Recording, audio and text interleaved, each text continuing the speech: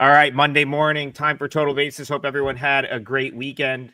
I know Brian Leonard's weekend started off really good because on Friday, his 5%er won with ease with the Rays over.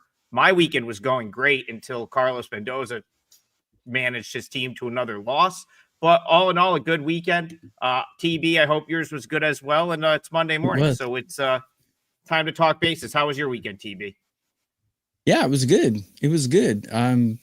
Plus 105 on the season, so I'm doubled the bankroll, feeling good, and ready for some. I like some of the. Whoa, what is? Oh, yeah, it's certainly Monday because the behind the scenes that we just got a pop up here, but I think we're good. I think one of the producers will jump in and fix that. I'm sure we should be streaming everywhere else right now, so. I see people in the chat. I'm assuming you guys can hear us. So I think we're just going to get started. And I want to start with Phillies Mets because not only is it a massive series in the NL East, but Brian Leonard, do the Phillies have to worry now? Obviously, they find out over the weekend that their Cy Young award-winning pitcher is done for the season in Zach Wheeler. And up until yesterday, the Mets were looking like they were going to make up some ground and did make up some ground over the last couple days. Now they have a chance to really make up some ground head-to-head, Citi Field, massive series in the NL East. Talk about that and how you're seeing this series. Yeah, I before we get started, I wanted to point out, at least for myself, when you have teams that have already clinched or pretty much clinched the playoffs, and that's what we're at right now. There's 6 teams in the AL, 6 teams in the National League that basically have clinched the playoffs. The closest team to making the playoffs that's out of it is Kansas City at 17%. So while you say it's a massive series, it may be important to the fans. It's not as important to the players. Phillies with a 7-game lead. And where they got 120, 130. So they got 32 games left in the season. Either way, these two teams are going to be in the playoffs unless the Mets really fall apart. Brian, you're not giving the Reds. You're not giving the Reds a chance to catch the Mets. According to ESPN, the Reds have a 12% chance, and the Mets are at 86. So it's realistically there's always a chance. Hey, there was a chance I could have had sex with Pamela Anderson back in the day, but I wouldn't have bet on it. But there's always a chance. But what I wanted to point out was, since these teams know they're going to be in the playoffs, the games don't mean as much, and there's going to be good spots to be able to bet against these teams. Because normally you find at the end of the season, the teams that need to win get jacked up, and they need to win maybe to win the division or clinch this or that. They don't need to win to make the playoffs, and that's really the goal for these teams. So we'll be able to make some money on some good-looking underdogs going forward. With this game, Philadelphia and the Mets, yes, the loss of Wheeler is definitely going to hurt. Feel terrible for the guy. This might have been the year that he was going to win the Cy Young finally, and now he won't. Looks like Skeens is going to have that going right there in the NL. So, but Philadelphia's got some good pitchers on this team. And they've got some guys in the minors that could be called up. But, we've got Sanchez going today, a lefty against Senga. Sanchez is about a 127 favorite, total of 8. Senga's really struggled. He came out this year twice, coming out beginning of the season, looked good. Then came back from injury, looked good, and then he's struggled since then. That's something to be concerned about, is he just has not pitched very well. Christopher Sanchez has been everything. He's another guy that's in the Cy Young category here. He's probably second or third. But he comes in with a 2.46 ERA, 3.08 expected, 1.10 whip. He's just been terrific at everything. His exit velocity is only in the 51st percentile, hard hit rate 47th. But everything else is in the red. He's had a terrific season despite only throwing 3 different pitchers, the sinker, the change, and the slider. Doesn't even throw your traditional 4-seamer, and that really helps him. Kodai Senga, he does still have that ERA at 2.58, but his expected is 3.88. He's thrown 104 innings, so to get 100 innings into the season and be off 1.3 on an expected ERA compared to regular shows you that he's been very lucky, and he's a guy that we can confidently bet against. If you take a look at his StatCast page, his walk rate is only in the 11th percentile. He's walking 11.4% of batters he faces. That's always been a concern. But his ground ball rate is pretty good in the 75th percentile, but nothing's really excellent out there. He does have 7 pitches that he does use, anywhere from 2 to 31%. So he's a veteran guy that could find a way to win. But from a starting pitcher standpoint, I think Philadelphia's got a really nice edge here, which is why they're favored. And the Mets, they've come out and played a couple good games, and then they find other ways to lose. I'm still not sold on the Mets. They're a team that's been very disappointing to me. You would think with the players they have, the bullpen that they've developed, that they would be a team that you would think is going to be one of the leaders for the World Series futures. I don't see it at this point. I think Philadelphia's the better team. And while I hate going against a good home team like the Mets, Philadelphia would be the way I would go in this game, but I'm not going to get involved with it. The line's a little bit higher than what I wanted. So many of you might not know this, but Wager Talk as of today is 11 years old, and they're doing a special. You can get any of our packages up today for $11. So I already have mine up. I'm sure my colleagues here either will or already do, along with free plays as well. So go to our page down there in the scroller, or just go to wagertalk.com and see what everyone's offering. Regarding this game, the automatic knee-jerk reaction is say, oh, Phillies.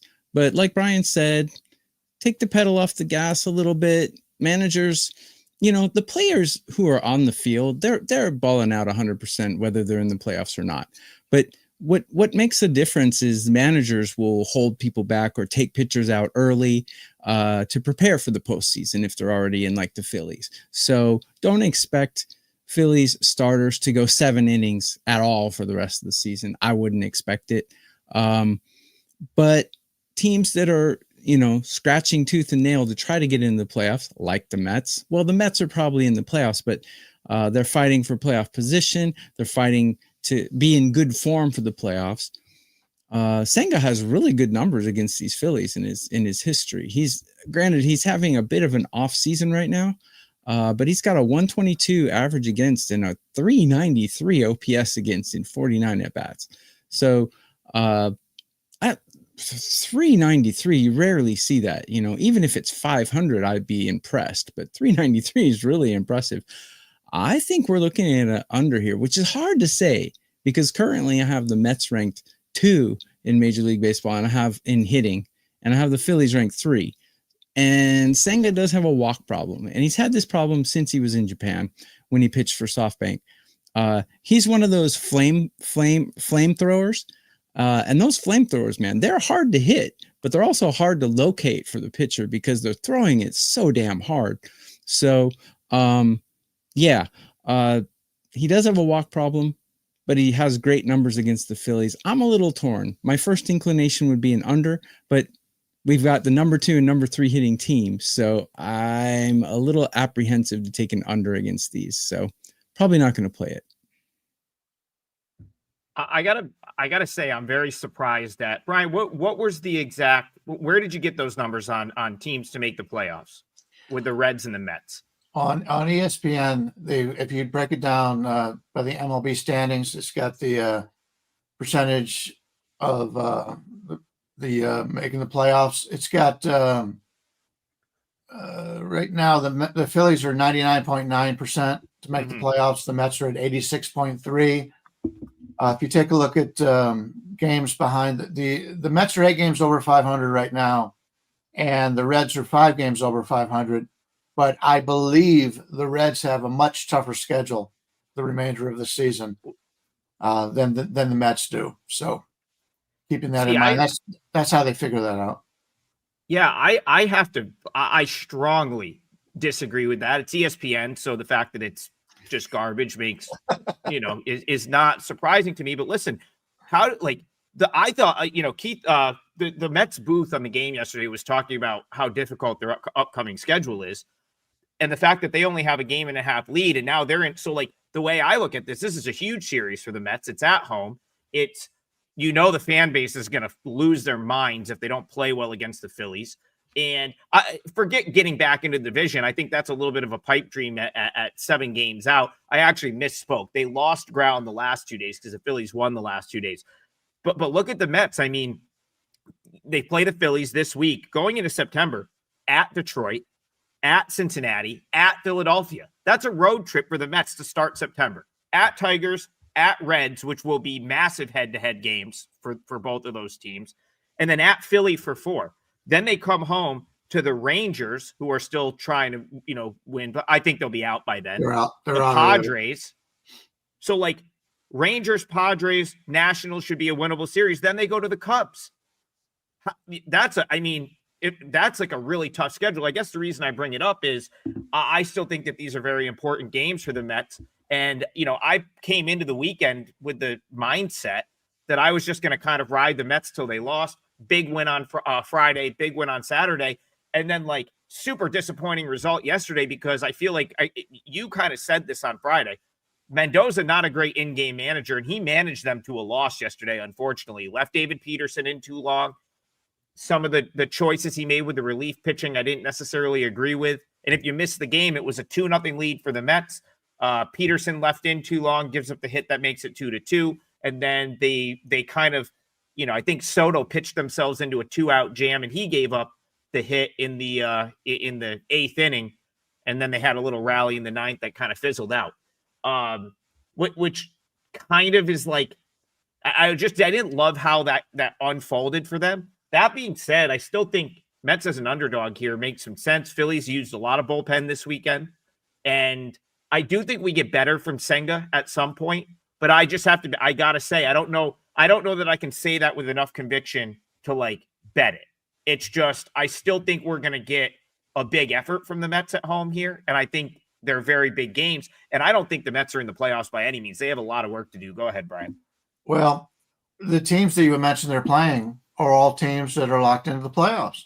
So there's not any reason for those teams to play their best players. It's like Brandon said, if they've got a guy, they're going to pull him after 5 innings. They're going to bring up some minor league guys, see what they've got out of that. So while it looks on paper that it might be tough, you got to keep in mind at the end of the season, these teams are not trying to win.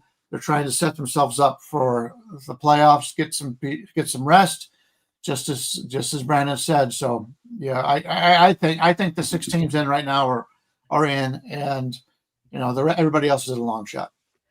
So and it's a good point that if that's the sort of position you're going to take, I feel like it makes the Mets handicap that much stronger tonight because and Sean kind of pointed out Senga's got good numbers against the Phillies. Christopher Sanchez is due for a little bit of regression. Phillies burnt up some pen this weekend, and if they feel like they're just chilling and they're in, then why would you not maybe look toward the Mets as an underdog here? That's just kind of how I'm thinking it out in my head. But it's a good discussion. That was a good discussion right there. If you look at the xERA compared to ERA, it's Senga that's due for the regression. So I look at numbers when it comes to that, and that's just the way I handicap. And I don't disagree with that either, because I just from watching games, and Mets they're not my team, and they're not even the team I watch on a regular basis, but I follow the organization closely because I go to a lot of their AAA games just for something to do. And I've watched a lot of Senga, and Bryan, just the eye test suggests that he might get hit at some point. It just doesn't has looked as crisp, and so yeah, that's feel like we kind of went deep in that one, and it didn't produce much of a pick, but I thought it was a good discussion to start. We never know when we start these games. Somebody might say one thing, and then all of a sudden something triggers in your mind. Let's go to Rick Reynolds. He's got one that I'm interested in here. He says took Seattle -125 last night. Like the spot for them after winning big yesterday. Will be their 3rd night in a row facing a lefty, which they're familiar with. Excited to watch that series. Mariners still have some work to do. I still think they're playing big games. And this is an interesting series because, the Mariners and the Padres, like I still think are both very much playing for different, they might both be playoff teams, but I'm sure the Padres want to catch the Dodgers. There's no question the Mariners would like to win that division. So big series kicks off in Seattle tonight. JP Sears, Bryce Miller. What do you think about Rick's point? The fact that the Mariners are going to see another lefty here, and can they get the Sears? I think that is an advantage, but also Sears has played all these years for the Athletics, and they're very familiar with him. Of course, he's familiar with them also, but I think when you see somebody's offense nature, that's an advantage to the hitters. Sears the lefty against Miller the righty. Miller looked pretty good coming out of the IL, so we'll see what we get out of him. But I think the line's kind of cheap here for Seattle. You're looking at them in basically a 125 favorite. San Diego, with the total is 8, just slightly to the under. And San Diego's coming off of that big series with the Dodgers. So now they're playing a team not even in their not only the division, but not even in their league. It's an interleague game. I think that helps Seattle. Seattle, as you mentioned, is still working on making the playoffs.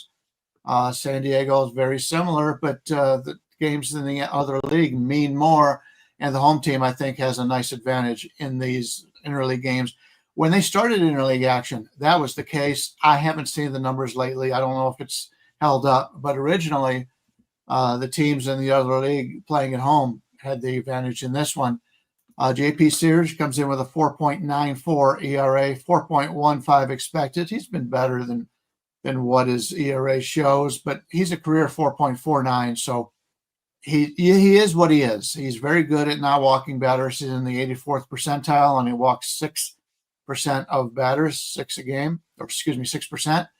And his ground ball rate is only in the 2nd percentile, but Seattle, unless you're the big dumper, who seems to hit home runs for miles, this is overall not the greatest home run park, but I would look to fade Sears a little bit here. Bryce Miller, he's had a down season because of injuries, 5.87 ERA, 5.63 expected, 1.51 whip, which has really been the problem. He's only thrown 53 innings because of injuries.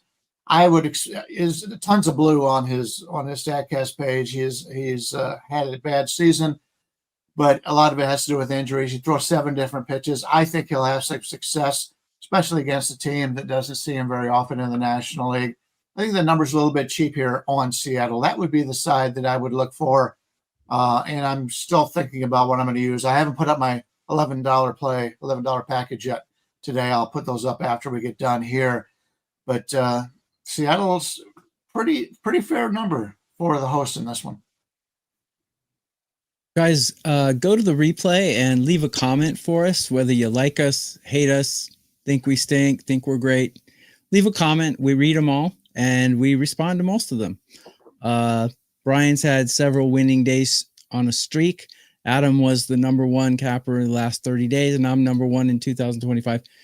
You can think we're bad, but we're not.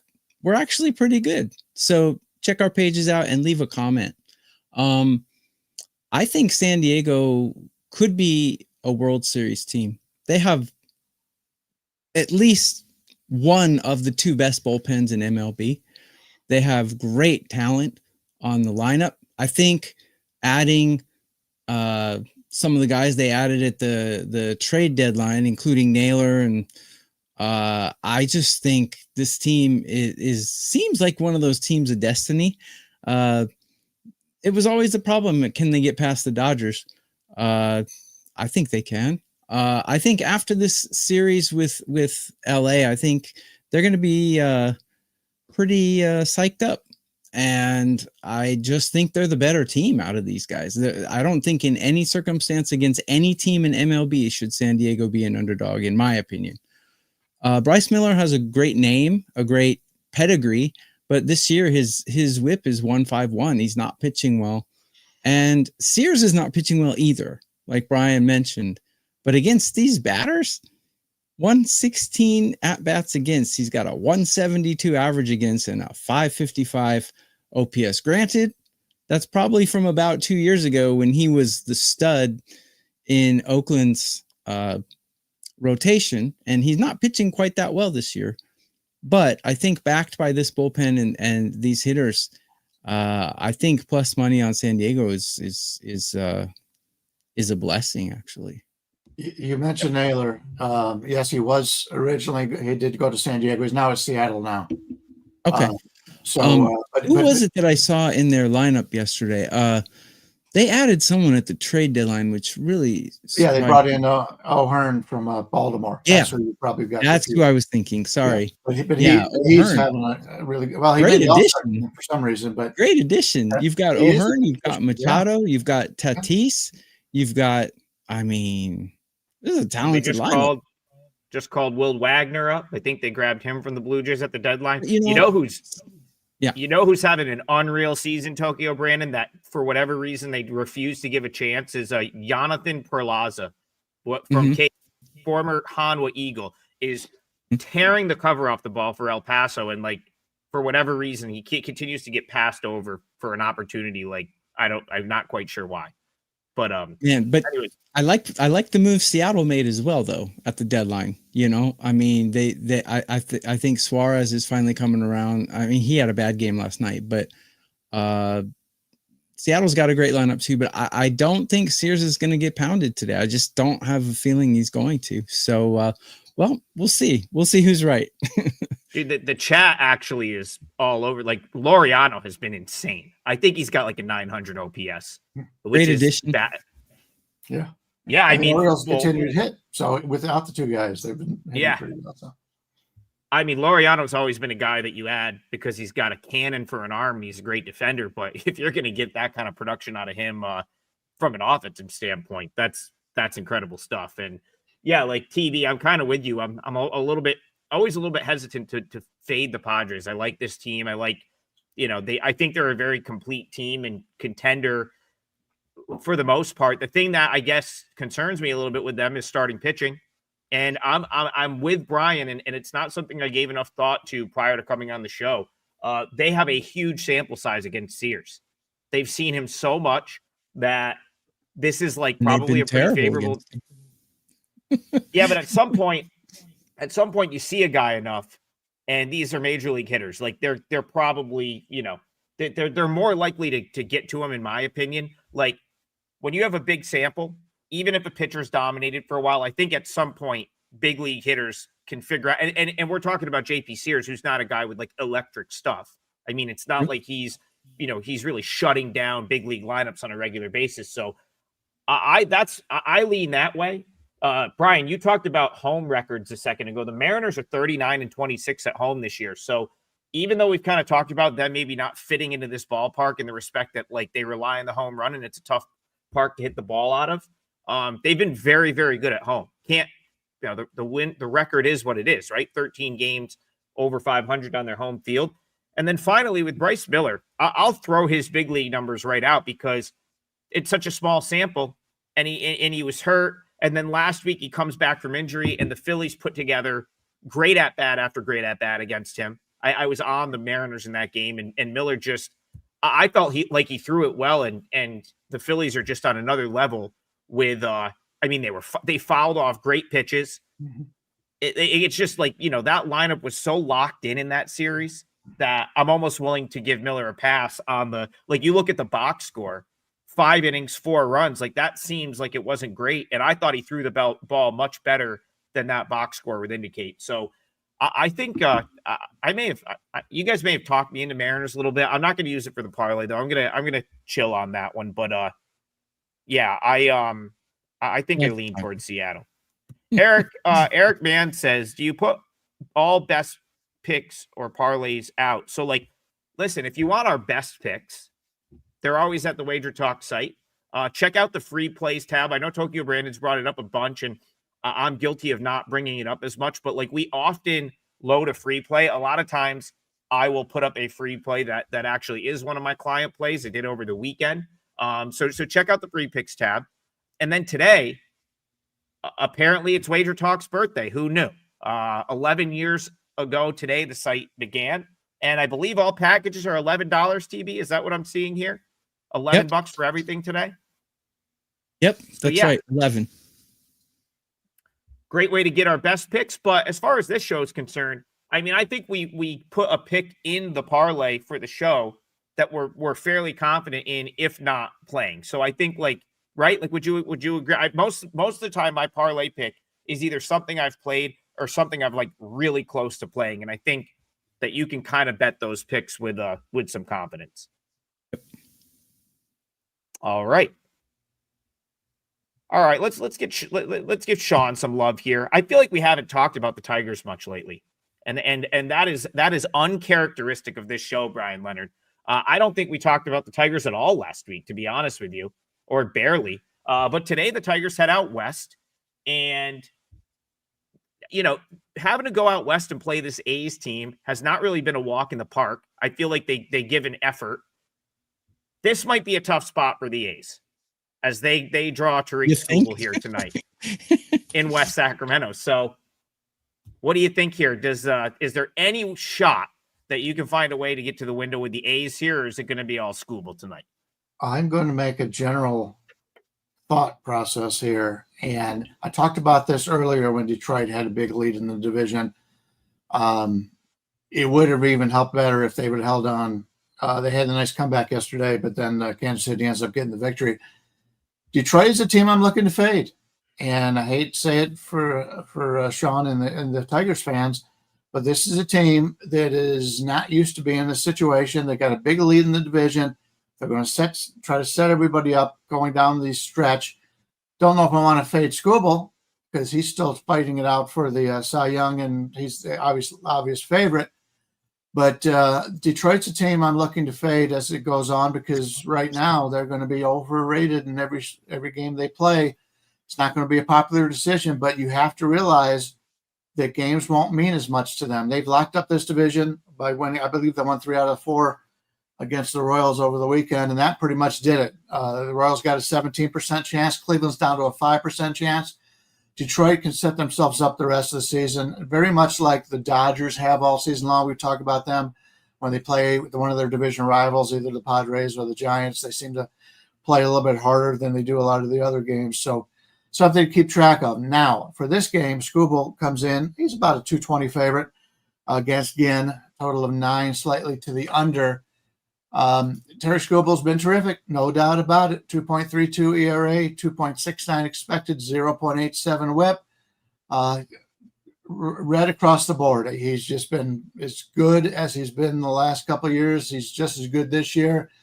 And over the last 2 years, he's now 29-7 in his games that he gets the win or the loss. So you always like him on the mound. He's very, very good. Probably the best pitcher in baseball along with Skeens. JT Ginn, 4.95 ERA, 3.96 expected. So he's got some positive regression coming his way. 1.37 whip still bothers me a little bit. His career in 2 seasons is 1.35. He does get hit. His hard hit rate is in the 5th percentile, barrel rate in the 9th percentile. But other than that, he's been pretty good. He only throws 4 pitches with a sinker 52% of the time. And part of me thinks that he has the ability to go out on any night and pitch very well. Problem is, I don't think he's very consistent. And that's the situation you find yourself in. Yes, I think Skubal will pitch great and Skubal will probably win. Will I want to lay the 220? I don't think so. I'll be passing on this one. But just keep in mind, Detroit's in one of those situations with the other 5 teams that they've all basically got everything locked up. And the public will look at it, and they will look at the records, and the public will be playing the big favorites, and we could take advantage as the underdogs the rest of the season. Here's an interesting statistic for you.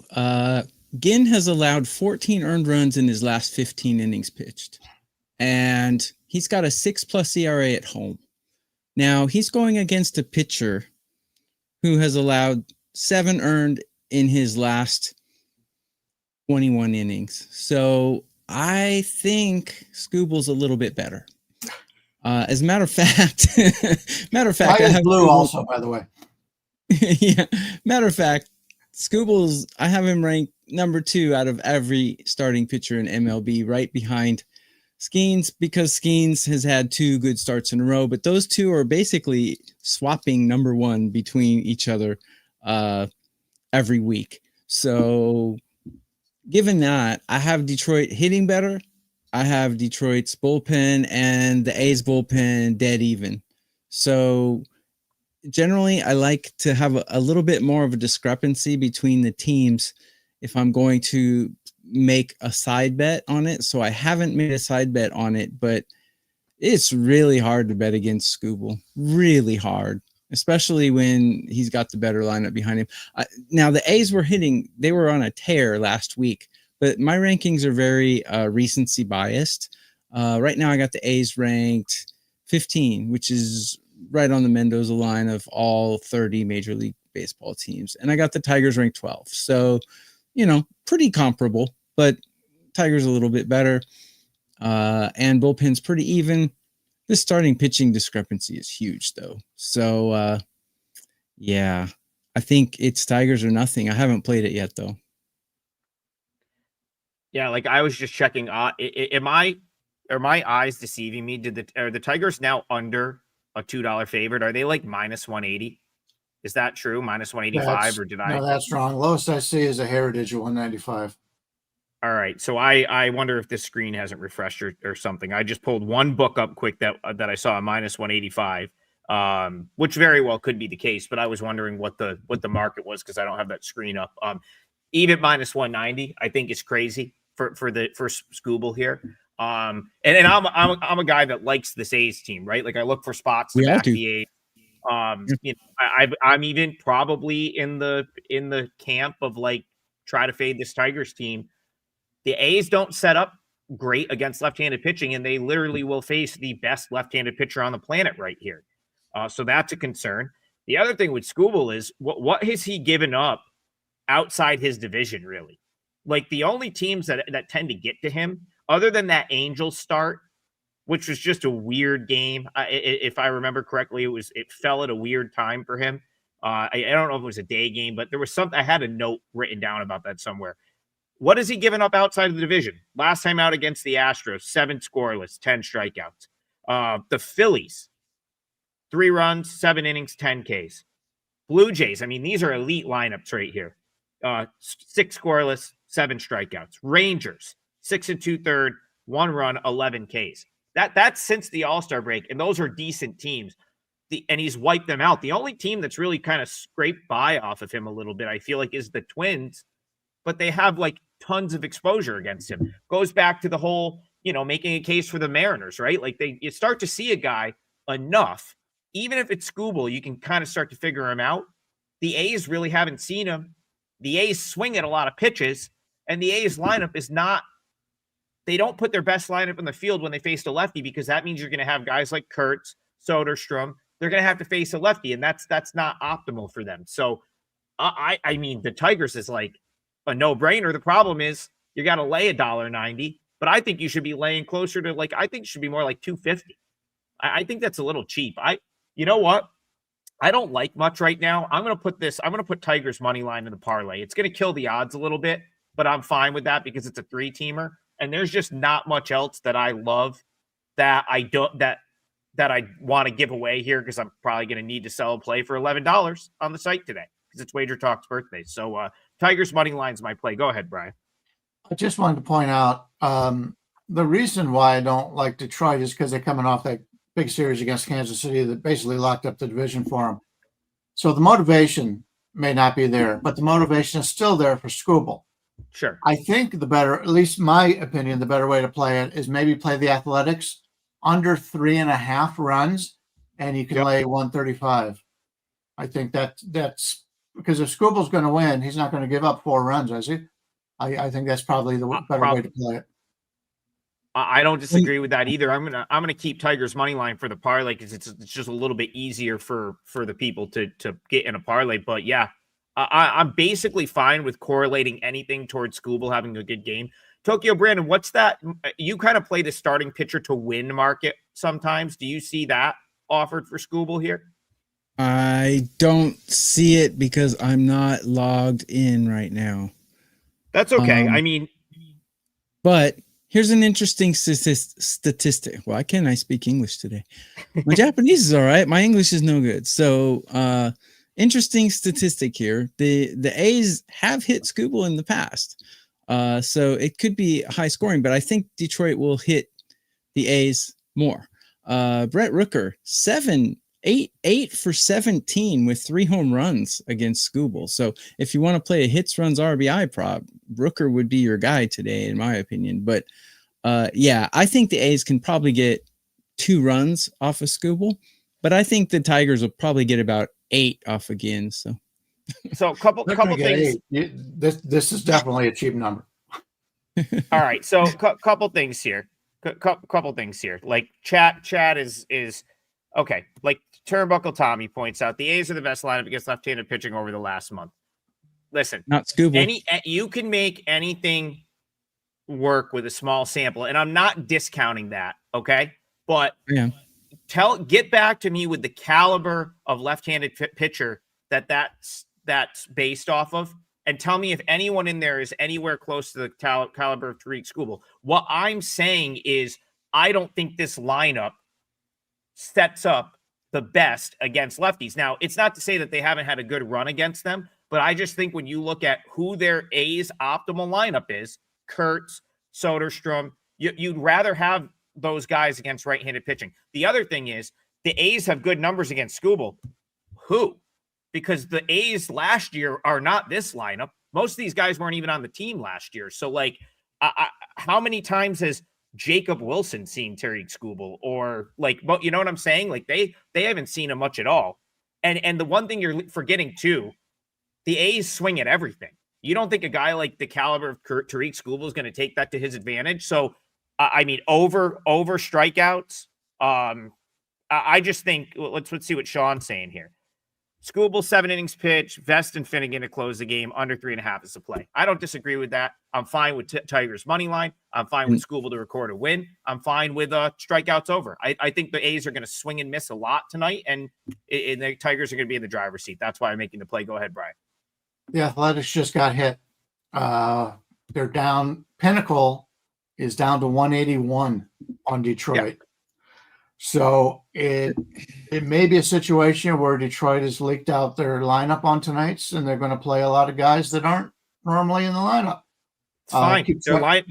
Their lineup's not very good anyway. That's what I've been saying with the Tigers all year. Like that's not why you played Detroit, in my opinion. And this left-handed, right-handed stuff is way overrated, in my opinion. I don't really care how they do against left-handed pitching. I care how they do against this left-handed pitcher. And they can bomb the heck out of, Carlos Carrasco. I don't care. What does that have to do with how they're going to do today? Nothing. So I don't really put a lot of credence in the left-handed stuff. I disagree. A lot of the teams are set up very good against lefties or righties, depending on if they have lefties or righties in the lineup. And, we even saw one team yesterday loaded their team up with righties because they were facing a righty that had opposite splits. So I disagree with that. But, money coming in on the Athletics here. So you'll get a better number than you would have gotten 5 minutes ago on that. Yeah, and we'll hopefully get a better number at the end of the show when we lock in the parlay one more time.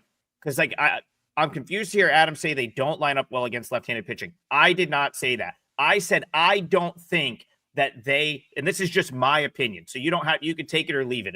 Not every opinion I make is fact. I'm saying that I don't think their optimal lineup, like in my opinion, with some of the guys they have in there, long-term is the best against left-handed pitching. And you could take a small sample size, but there's a couple lefties have dominated them this year, earlier in the year, and they're facing the literal best one on the planet tonight. That's all I'm saying. Anyway, let's exactly. That's it. And again, I could be very wrong. The market thinks I'm wrong, but I've also played back at the market often this year in Major League Baseball, and I'm doing great. So I can't. It is what it is. I'll take a better number. You want to give me a better number on the Tigers? Sean and I will bet the Tigers tonight. We'll cash with Skubal, no problem. All right. A lot of times you'll find head fakes this early in the morning, but I can't see it on this game because the public will be all over Detroit. Why would you make a head fake? This has got to be legit money coming in on the dog here, I would think. Yeah, I'm sure it is. I'm sure it is. They might see value in the number over the course of the whole game. I'm not saying that there's not. I just don't agree with it. Anyway, let's continue here. Okay, that was. I didn't think we were going to have that lively of a discussion on Tigers A's, but what do I know? We're off to a hot start on a Monday. One more time, as I pick the next game, TB promo. Would tell them what's going on at Wager Talk today one more time. So on this day, 11 years ago, Marco and Prez started this company by starting to put their picks out, and it's grown exponentially. Now we have, I think, 31 cappers here, and a lot of talented guys, including us three. You can hate us, you can say we're silly, but the three of us are winning pretty well this year. So we're pretty good guys to follow. $11 for any package on any capper, and that's unlimited. So go to wagertalk.com and see all the deals, especially from us. I will point out I was one of the original handicappers on the site 11 years ago, which is why Bryan's an OG. I'm number one in baseball through the history. I've had a little bit of a head start on some of you guys. So you've done very well since you've been on the site. But that's why I've been on it for so long, that I've accumulated more winners. Bryan's an OG. All right, Colin, we'll get that. I saw what you put up there. We'll definitely get that one next. But I pulled the comment up. Is Washington a good bet today with Lord on the mound? And this is an interesting one because, of course, it's everyone's favorite team to talk about, the New York Yankees, who saved face a little bit last night, Bryan Leonard. It was always funny to see Jazz Chisholm kind of like celebrating that second home run. It's like you guys still got bodied by the Red Sox all weekend. Yes, they stole the finale, and now they come into tonight.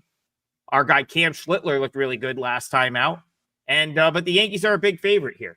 And what Jason is asking is there value on the Nets? Brad Lord's been good. The Nets have been the Nats, excuse me, have been pretty good against right-handed pitching, and they're up against a righty here. So how are you seeing this one, Nats Yankees? We're looking at the Yankees looks about a 230 favorite, total of 9. But once again, we've got a team coming off of the big series against Boston, and they're still. Somebody came in the chat, or not, wasn't the chat, but it was afterwards, and said we're making fun of the Yankees. Well, if you've watched the Yankees play, even this series, they continue to have bad base running, bad errors. They're just not a very fundamental team. Now, they do have some talent. They've got some great talent. Judge is one of the best hitters I've ever seen. But they are not an actual team that other people are. You compare them to the Brewers. The Brewers are the better team, although the Brewers do not have the talent the Yankees have.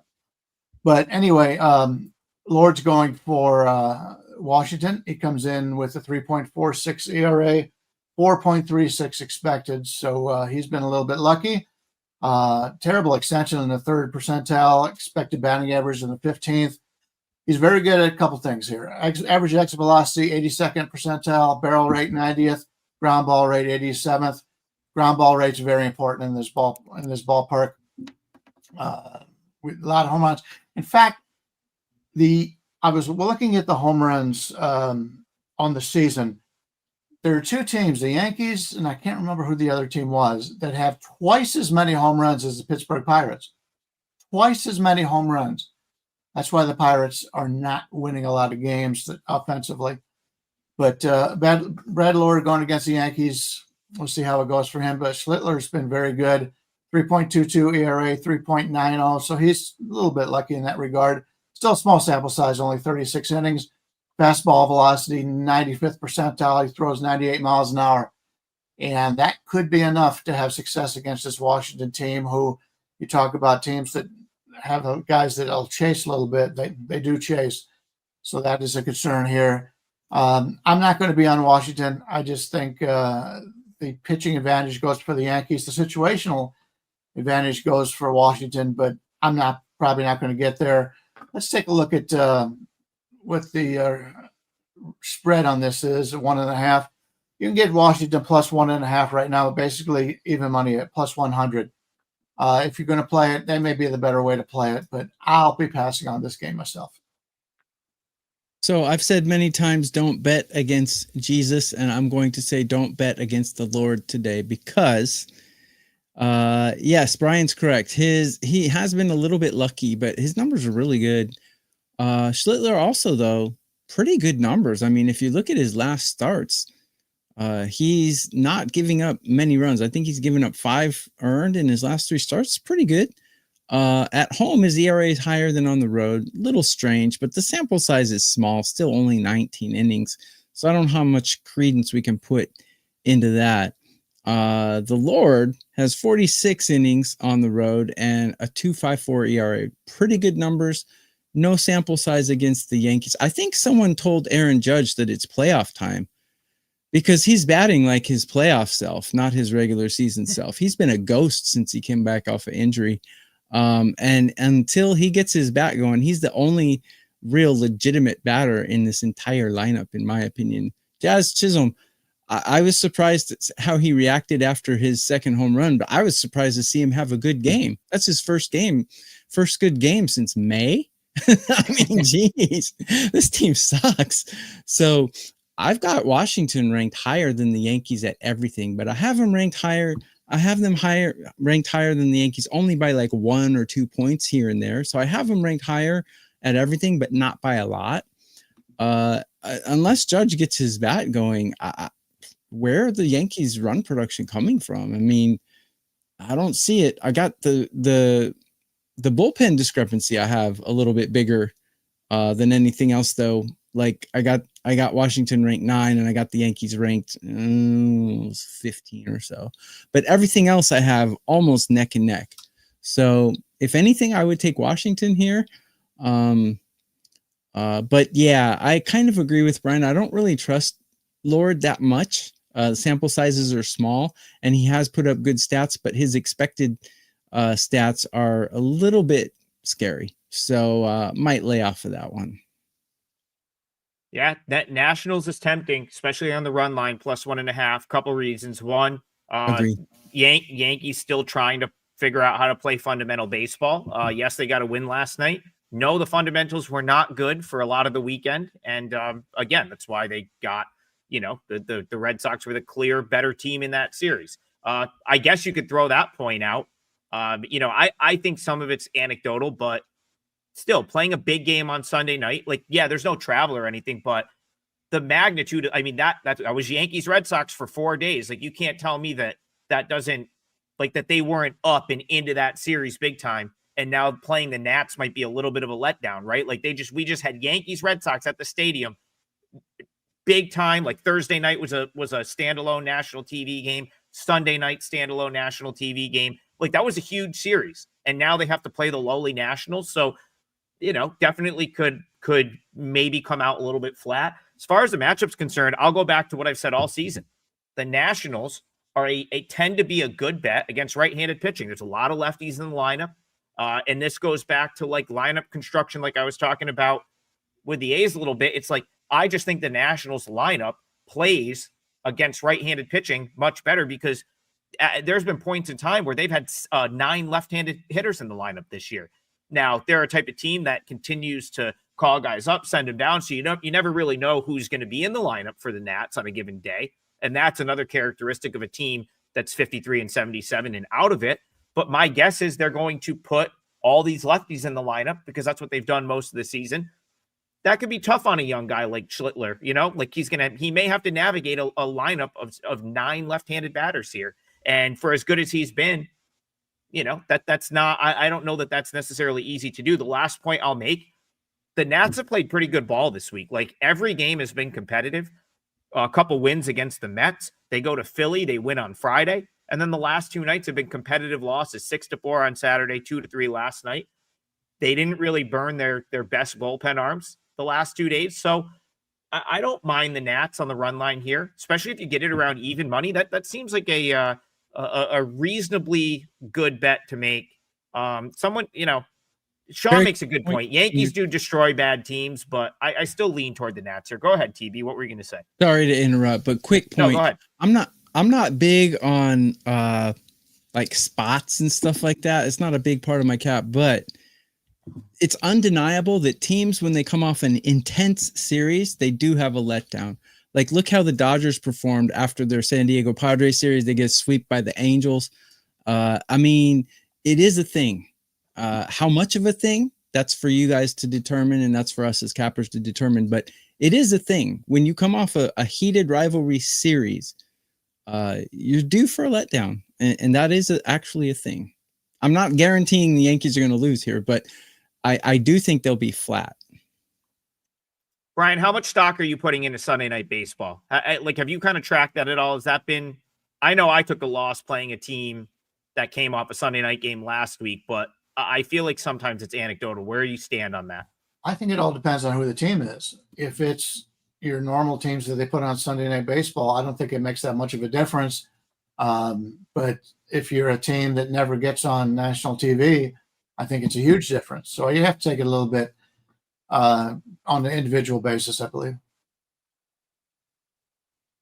Yeah, I don't think there's any question that, like, coming off Yanks Red Sox, they're gonna have to recharge up a little bit, because that was an intense 4-game series. But I also don't disagree with Sean. The Yankees, they do hammer bad teams on occasion, and there's no question the Nationals are a bad baseball team. I just think this matchup is not the worst for them. So that's good chat right there. I don't know if I'll get to the window with Nats, but I personally see some value with the visitors. All right, let's go to Colin. This is a big game. Got to talk about this one. Reds Dodgers. He asks Bryan Leonard playoff preview.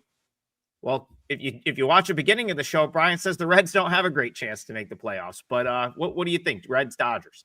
Yeah, I don't think he's talking about this year. I do think this is probably a good spot for the Reds, as was just mentioned. The Dodgers coming off the San Diego, you got Hunter Green, who is the better pitcher on the mound. Just depends on how long he can go. He's only got 72 innings on the season because of injuries, but those 72 innings have been really impressive. 2.63 ERA, 2.75 expected, 0.93 whip. Just 2 years ago, he had a 1.42 whip in over 100 innings. He's gotten so much better in that, but he is a fly ball pitcher. And we've talked about this in the past. They've got a lot of fly ball pitchers in Cincinnati, but none of them have given up home runs this year. Maybe they've figured something out, and they brought in Littell, another guy who gives up a lot of home runs. They brought him in. He's a fly ball pitcher. So they might have figured something out. In fact, I read an article a couple weeks ago about that, and they think they're judging something a little bit differently in Cincinnati than they do anywhere else. And so they're ahead of the curve when it comes to that. So you got to give them credit. They figured out a way to throw fly balls to just keep everybody a little bit off balance and not throw it inside where they can pull it. And I think that's where they're getting their success on it. But Hunter Green's a guy I really like, and I think he's one of the better pitchers in Major League Baseball if he can just stay healthy.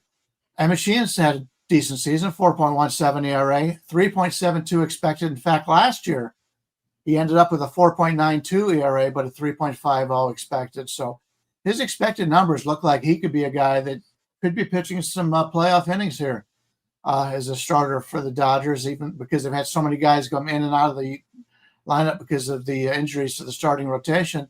But I like him overall, but he's also a guy that gives up fly balls. He's in the 6th percentile of the ground ball rate, but I really like his everything he does. He only throws 4 pitches in the curve only 7% of the time.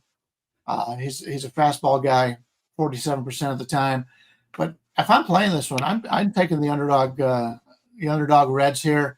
You can get upwards of 130, but more of 125 range for that on the Reds. I prefer that side. Don't know if I'll get there.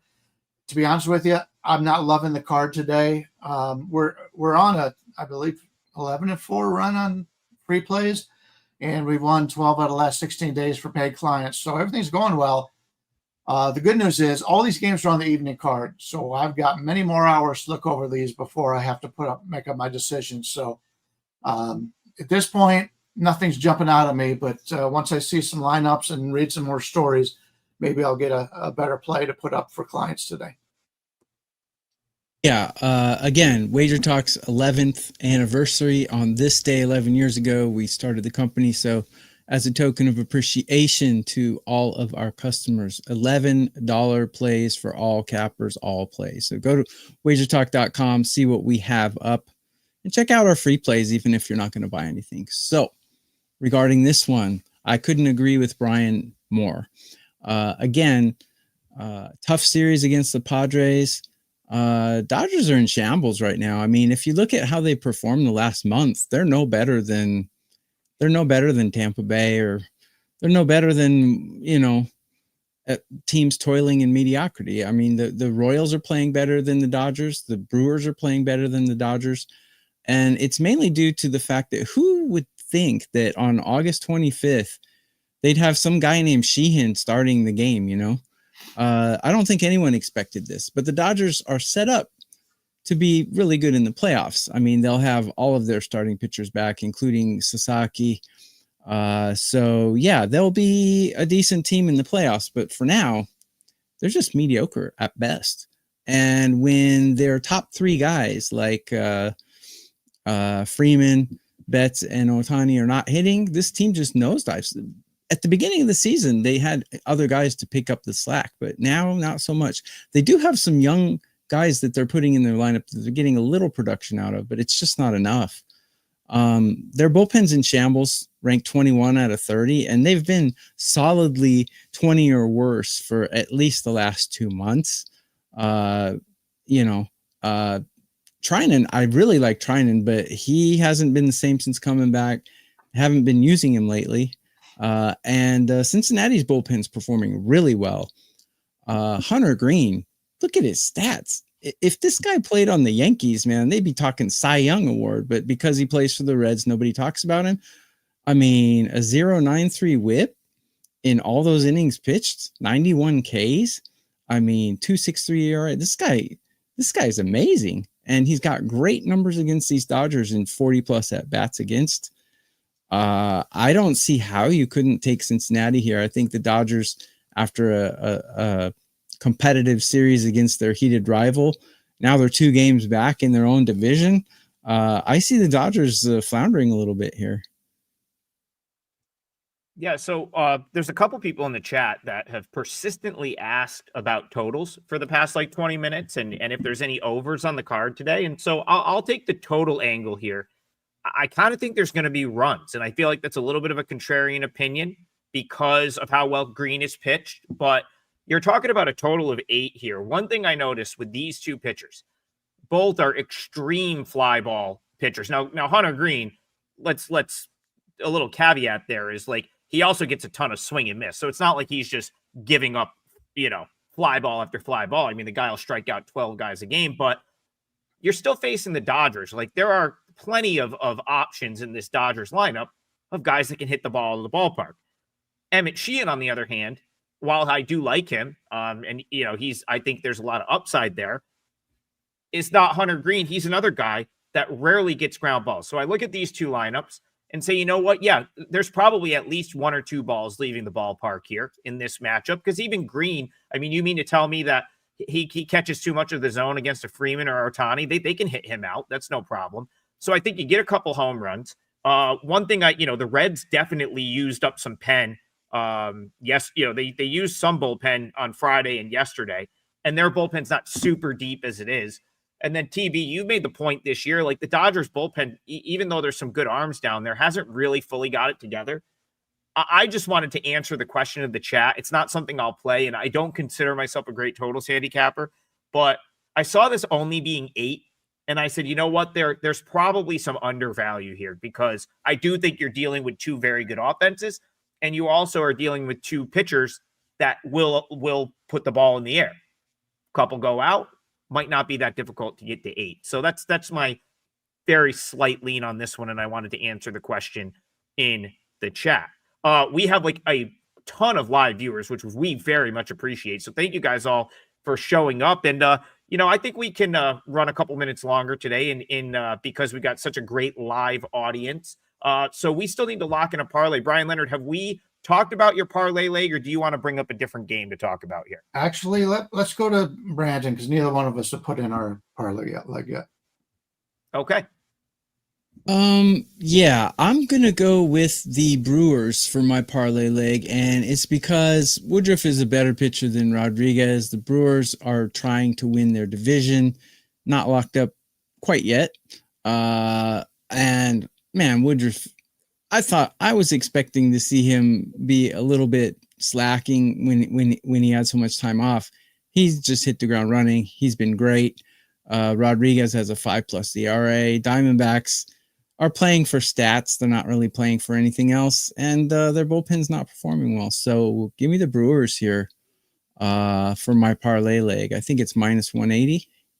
You can get a little bit better than that, about 173 right now. Great.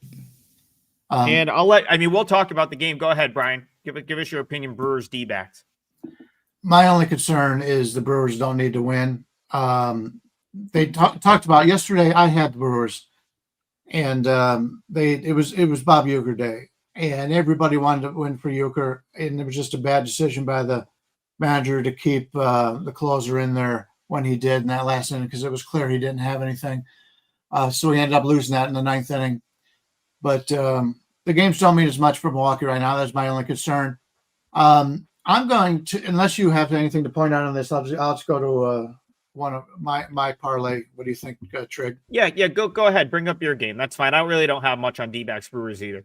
Yeah, since both of you guys give out pretty big favorites, I've got to come in and take something with a little bit more to give us a little bit of oomph on this.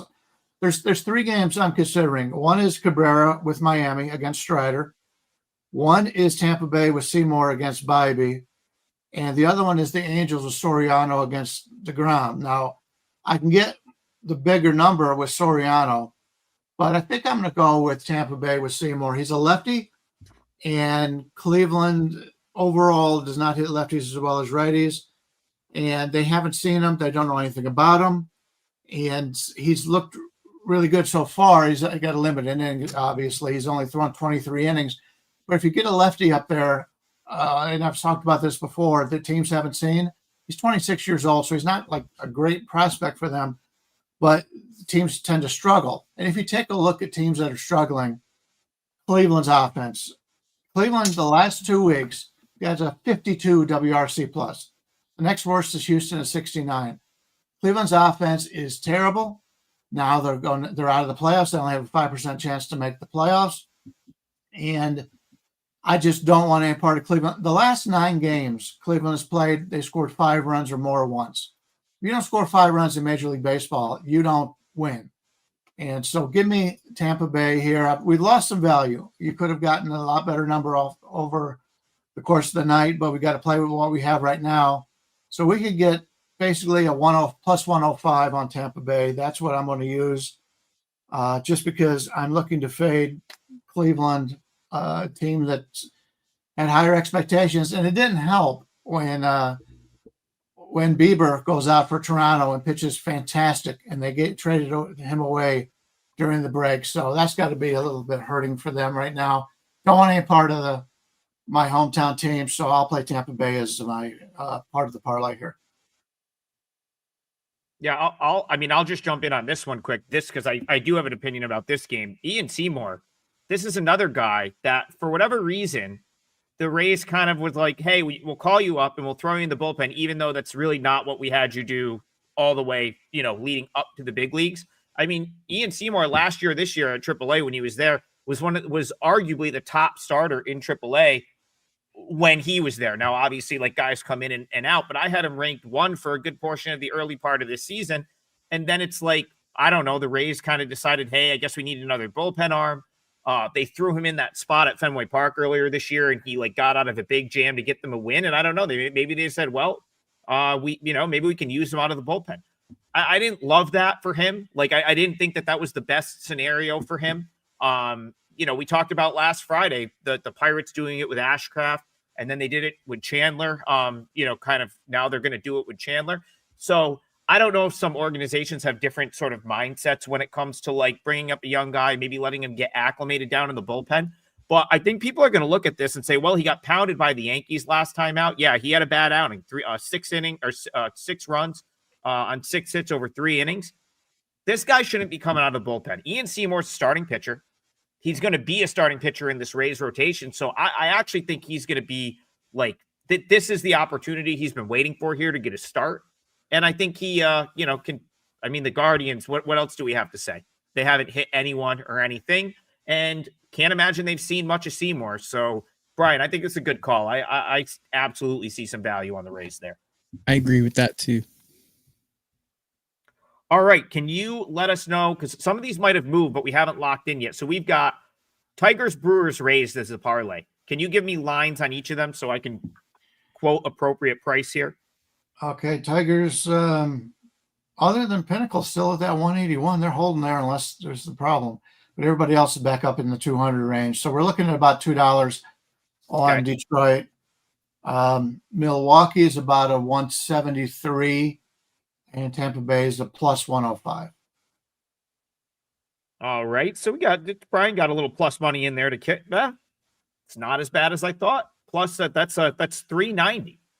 Plus 390. Obviously, it's going to give or take, shop around on the parlays. But we'll take that. I thought it was going to be worse. So plus 390 for the parlay. We've got Tigers for me, Brewers for Tokyo Brandon, and then the Rays for Brian Leonard. Very simple, 3 sides today. Tigers, Brewers, Rays. That's the 3-teamer. That's plus 390. Wow, we had a ton of live viewers today, so we very much appreciate that.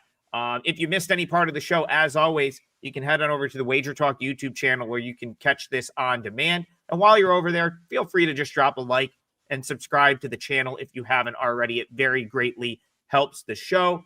One more time, it is Wager Talk's 11th birthday. So we're all going to have plays up for $11 today. Big discount on the typical rate. And I think all handicappers will have an $11 play at some point. Hope everyone has a great Monday. Cash all your tickets. We will see you guys back here in the morning for more Total Bases. Have a great day.